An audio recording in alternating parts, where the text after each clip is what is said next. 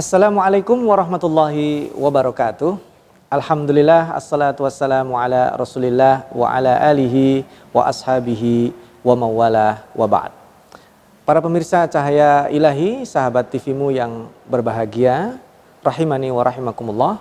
Bersyukur kepada Allah Subhanahu wa taala, zat yang memiliki kesempurnaan, yang mengaruniakan segala kebaikan, termasuk kesempatan kita untuk menjadi lebih baik dan berprestasi. Ciri-ciri berprestasi adalah ketika seseorang sanggup menunaikan puasa sebagaimana goal yang telah Allah sebutkan di dalam surat Al-Baqarah ayat 183 yang pernah kita bahas, la'allakum tattaqun. Di antara misi kita dilatih berpuasa oleh Allah Subhanahu wa taala adalah spesialisasi puasa itu adalah untuk Allah Subhanahu wa taala. Dalam hadis qudsinya Allah Subhanahu wa taala berfirman bahwa kullu amal ibni Adam, semua amal Bani Adam itu adalah untuk dirinya, illa shaum, kecuali puasa, fa innahu li, kata Allah, maka puasa itu adalah untukku, wa ana ajzi bihi, aku yang akan membalas puasa itu. Kenapa? Karena puasa adalah satu-satunya ibadah yang kualitasnya hanya Allah saja yang mengetahuinya. Kita bisa saja membohongi orang dengan misalnya menelungkupkan kita ketika tidur, muka kita jadi bengep gitu ya. Jadi kelihatan seolah-olah kita puasa padahal kita tidak. Nah, itu kita juga bisa berpuasa dengan pura-pura. Tetapi sesungguhnya ibadah puasa itu melatih kejujuran. Ibadah puasa itu melatih keikhlasan. Dan keikhlasan ini adalah salah satu goal lain atau ciri-ciri lain dari prestasi yang sempat kita bahas dengan bahasa takwa yang kontinu dan berkelanjutan. Keikhlasan adalah dimensi yang ingin kita mencapainya melalui puasa. Karena tadi frasanya adalah semua amal Bani Adam itu adalah untuk Bani Adam, illa shaum, kecuali puasa. Fa innahu li, kata Allah, sesungguhnya puasa adalah untukku, wa ana ajzi bihi, dan akulah yang akan membalasnya. Karena Allah yang sanggup menilai kualitas puasa seseorang. Maka dari itu, para pemirsa Cahaya Ilahi, sahabat TV-mu yang berbahagia, bagaimana kita belajar keikhlasan? Dari mana kita memulainya? Bagaimana kita menadaburi ayat Al-Quran yang berbicara tentang keikhlasan? Pada kesempatan kali ini kita akan mencoba mengambil satu surat pendek di dalam Al-Quran, yaitu surat Al-Ikhlas. Sahabat TV-mu, para pemirsa Cahaya Ilahi yang dirahmati Allah Subhanahu wa taala, kalau kita lihat surat Al-Ikhlas, surat yang sangat pendek di dalam Al-Quran, tidak ada kata-kata Al-Ikhlas di situ. Karena itu membuktikan bahwa kata Al-Ikhlas itu sendiri tidak ada. Nah, kalau kita lihat di dalam surat Al-Ikhlas, surat yang dihafal oleh masing-masing kita sejak dia masih kecil, kita bisa melihat Allah Subhanahu wa taala berfirman di dalam surat Al-Ikhlas, a'udzubillahi minasyaitonirrajim, bismillahirrahmanirrahim. Qul huwallahu ahad, Allahu as-samad. Ya, qul huwallahu ahad, Allahus samad, lam yalid walam yulad walam yakul lahu kufuwan ahad. Ini sangat pendek sekali, tapi inilah tauhid keikhlasan. Bagaimana yang disebut ikhlas itu adalah memurnikan Allah. Qul huwallah, katakanlah Allah itu adalah ahad, satu-satunya yang berhak untuk disembah dan satu-satunya zat yang dipertuhankan. Allah itu disebutkan di sini as-samad. As-samad menandakan kekekaran. As-samad menandakan fondasi yang kuat karena kita adalah butuh makhluk yang butuh tempat bersandar. Makhluk yang perlu Tuhan yang maha kuat, yang kalau kita bersandar tidak akan goyah. Itulah as-samad yang kita butuhkan pada saat kita ditimpa musibah, pada saat kita tidak nyaman, pada saat kita galau, pada saat kita tidak nyaman, pada saat bahkan kita bereforia karena bahagia, sehingga akan mengakibatkan suasana psikologis yang tidak stabil. Maka sahabat TV-mu yang berbahagia, surat Al-Ikhlas ini dimensinya sangat luar biasa. Yang pertama dimensinya adalah tauhid. Yang kedua dimensinya adalah mengajarkan bagaimana kita berbuat tanpa pamrih kepada Allah yang disebutkan selain as-samad, lam yalid walam yulad. Apa rahasianya? Lam yalid walam yulad. Allah tidak melahirkan dan Allah tidak dilahirkan. Allah tidak melahirkan berarti dia tidak memiliki istri. Karena kalau sebut melahirkan tidak mungkin. Karena Allah bukan laki-laki, juga bukan perempuan, Allah bukan makhluk, tapi dia adalah yang menciptakan ciptaannya. Lam yalid, Allah tidak melahirkan, tidak punya sparring partner, tidak punya pasangan, tidak punya asisten. Walam yulad, dan Allah tidak berasal dari mana-mana. Allah tidak diperanakkan, Allah tidak muncul dari kelahiran. Maka dari itu yang terakhir disebutkan walam yakullahu kufuwan ahad, dan tidak ada satu orang pun yang bisa menandingi Allah Subhanahu wa taala. Para pemirsa cahaya ilahi, tauhid keikhlasan ini itu tidak hanya berfungsi kepada pemahaman kita terhadap pengesaan kepada Allah Subhanahu wa taala, tapi perlu juga diterapkan secara spesifik dalam kehidupan kita sehari-hari. Bagaimana cara kita menciptakan keikhlasan, membuat hidup kita itu bisa ikhlas dengan cara mentauhidkan Allah tanpa menduakannya? Tentu perlu praktek yang tidak mudah, dan insya Allah nanti kita akan membahasnya lebih dalam lagi setelah kita jeda yang berikut ini. Sahabat TVmu yang berbahagia, para pemirsa cahaya ilahi, untuk mendapatkan keikhlasan tentu kita perlu berproses. Dan karena itulah di dalam Al-Quran Allah membedakan antara al-mukhlisin dan al-mukhlasin. Mukhlisin itu adalah orang yang belajar ikhlas, berusaha ikhlas. Untuk melakukan keikhlasan itu dibutuhkan effort yang tidak ringan. Tetapi percayalah, dalam melakukan upaya untuk ikhlas, ketika seseorang mau dengan effort yang terus dia lakukan, insya Allah dia akan sampai pada tahapan tertentu yang di dalam Al-Quran disebut dengan al-mukhlasin. Kalau al-mukhlisin adalah orang-orang ikhlas, al-mukhlasin juga orang-orang ikhlas. Apa bedanya? Karena al-mukhlisin adalah orang-orang yang berusaha berbuat dengan keikhlasan, sementara al-mukhlasin adalah orang-orang yang memiliki default ikhlas. Dan kalau seseorang sudah sampai pada derajat al-mukhlasin, maka dia tidak akan goyah. Karena pengecualian di antara hamba-hambanya yang bisa digoda oleh setan adalah orang-orang yang ikhlas. Jadi illa ibadaka minhumul mukhlasin. Iblis dan setan mengatakan semua Bani Adam, keturunan Adam, manusia itu akan digoda dan berpotensi untuk goyah kecuali orang-orang yang mukhlasin. Sudah sampai pada derajat keikhlasan yang itu melalui latihan-latihan seperti halnya yang tadi kita sudah sebutkan. Lalu bagaimana kita memahami rentang yang cukup banyak dari qul huwallahu ahad sampai walam yakullahu kufuwan ahad? Itu adalah tauhid keikhlasan, supaya kita benar-benar hanya Allah yang ada di dalam diri kita. Kita kembalikan pada beberapa pembahasan yang lalu, ketika seseorang mendeklar bahwa Allah Maha Besar, bagaimana itu pengaruhnya pada dirinya? Dia mendeklar dalam setiap rakaat ada 5 kali bacaan Allahu Akbar. Engkau Maha Besar ya Allah. Dalam setiap pembicaraan dia, dalam perkataan dia ketika sholat, Allah Maha Besar. Apakah benar-benar Allah Maha Besar? Maka perlu dibuktikan dalam realitas ketika dia berada di luar sholat. Ketika anaknya sakit misalnya, siapa yang diingat pertama kali? Kalau dia ingat pertama kali Allah, Allah benar-benar menjadi besar. Ketika dia butuh bantuan, pertama kali siapa yang dia ingat? Allah kah? Kalau Allah yang dia ingat, Allah Maha Besar.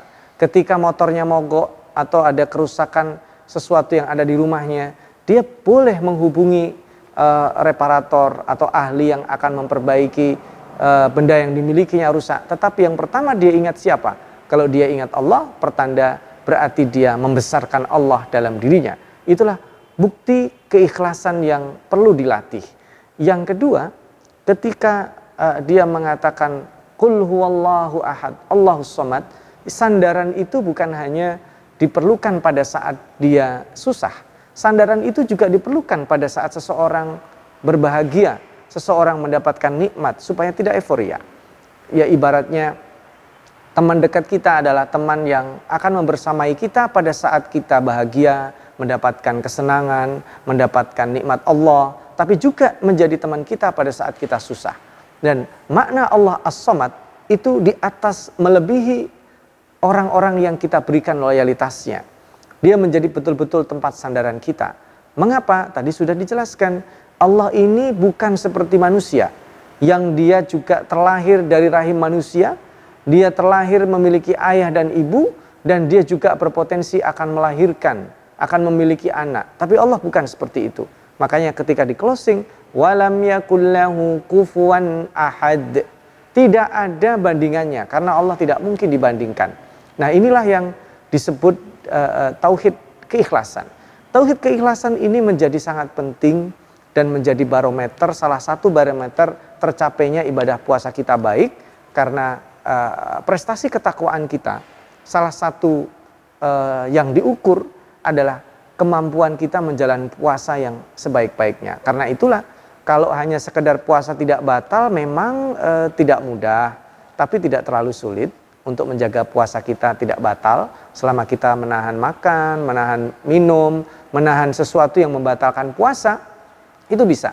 Tetapi apakah puasa kita itu telah benar-benar memiliki standar goal ketakwaan? Untuk sampai itu maka keikhlasanlah yang akan menjadi standarnya. Maka dari itu para pemirsa Cahaya Ilahi, sahabat TV-mu yang berbahagia, rahimani wa rahimakumullah, peluang bulan puasa ini menjadi lebih ringan karena kita terdorong, kita bersedekah mudah, tersenyum mudah, kita ketika terpancing amarah kita tahan, oh saya lagi puasa.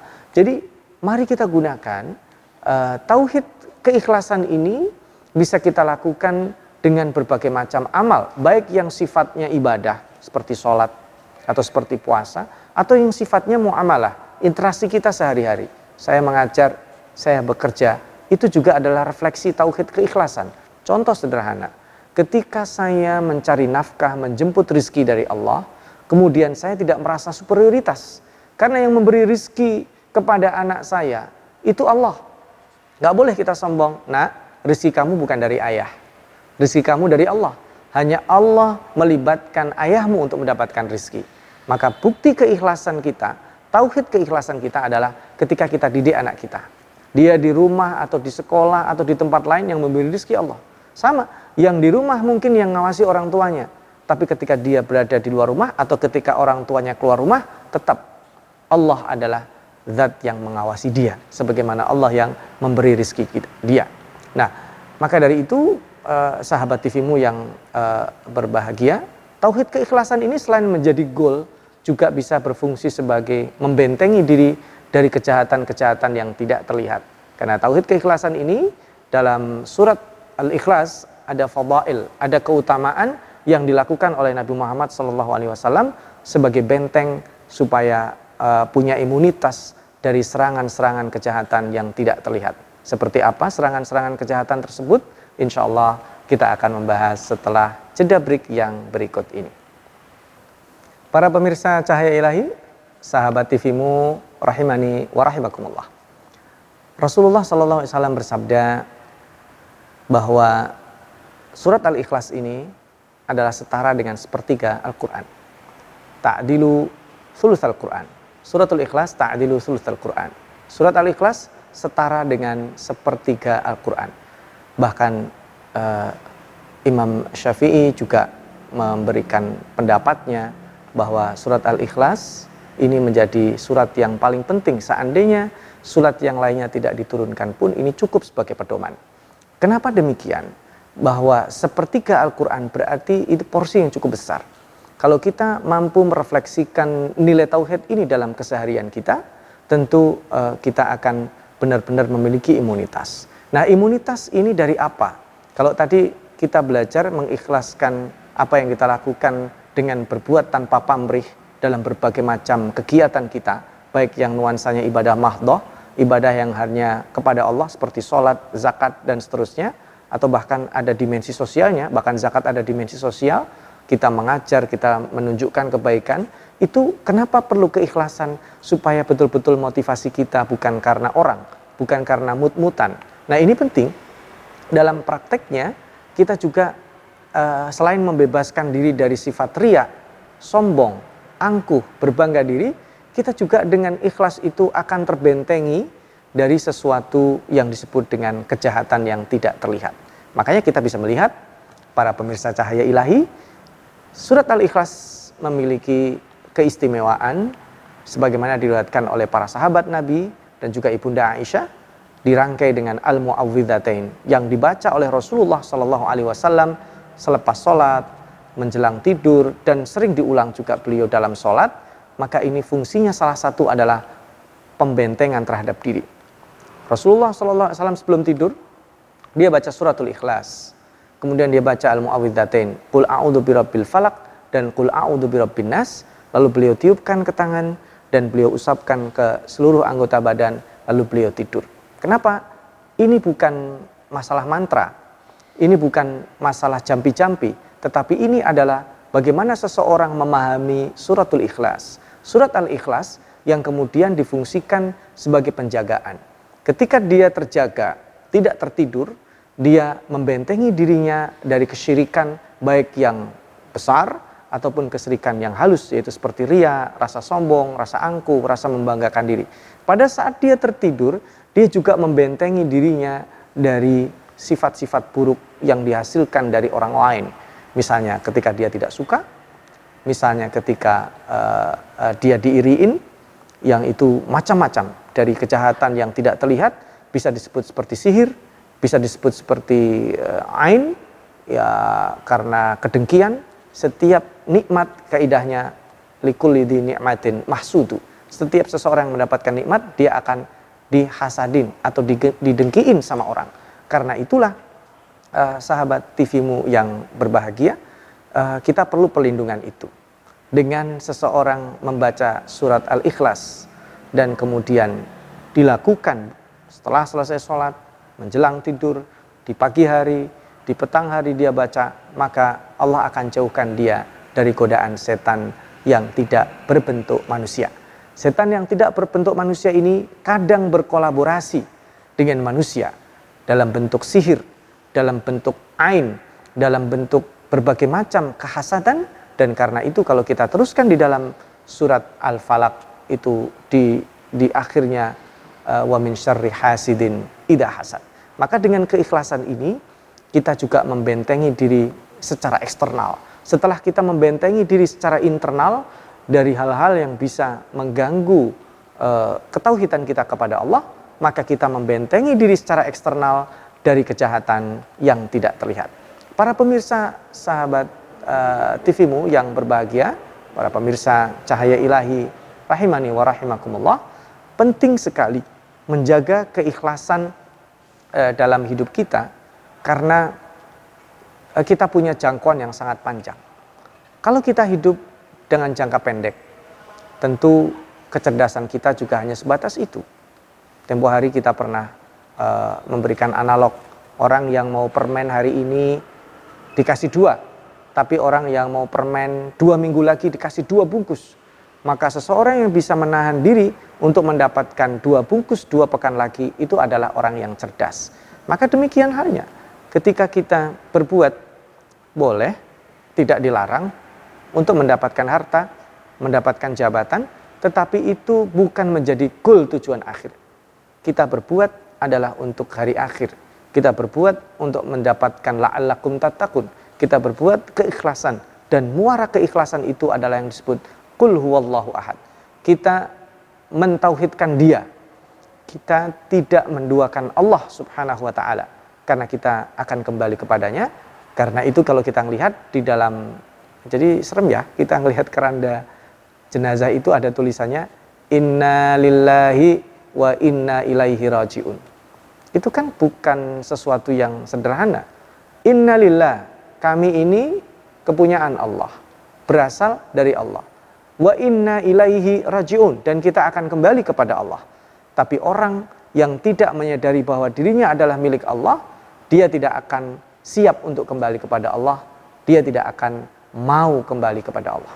Para pemirsa Cahaya Ilahi, para sahabat TV-mu yang berbahagia, tiba saatnya kita berpisah, tapi sebelum kita pulang ada takeaway lesson penting yang kita dapatkan dari tauhid keikhlasan.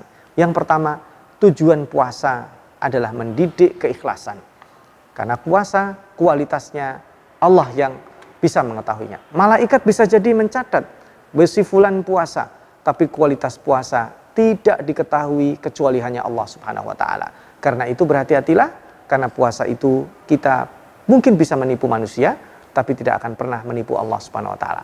Yang kedua, kualitas puasa kita adalah latihan terbaik untuk belajar ikhlas. Karena ini adalah ibadah yang tidak bisa dilihat oleh orang lain. Karena itu berpuasa adalah latihan kita untuk ikhlas. Dan yang ketiga, berpuasa adalah bentuk perlindungan diri secara internal dari keburukan diri kita, sekaligus merupakan bentuk perlindungan dari kejahatan eksternal, terutama adalah kejahatan-kejahatan yang tidak nampak. Demikian yang bisa saya sampaikan, mudah-mudahan bermanfaat. Mohon maaf atas keterbatasan dan kekurangan. Nasrun minallah wa fathun qarib wa basyiril mu'minin. Wassalamualaikum warahmatullahi wabarakatuh.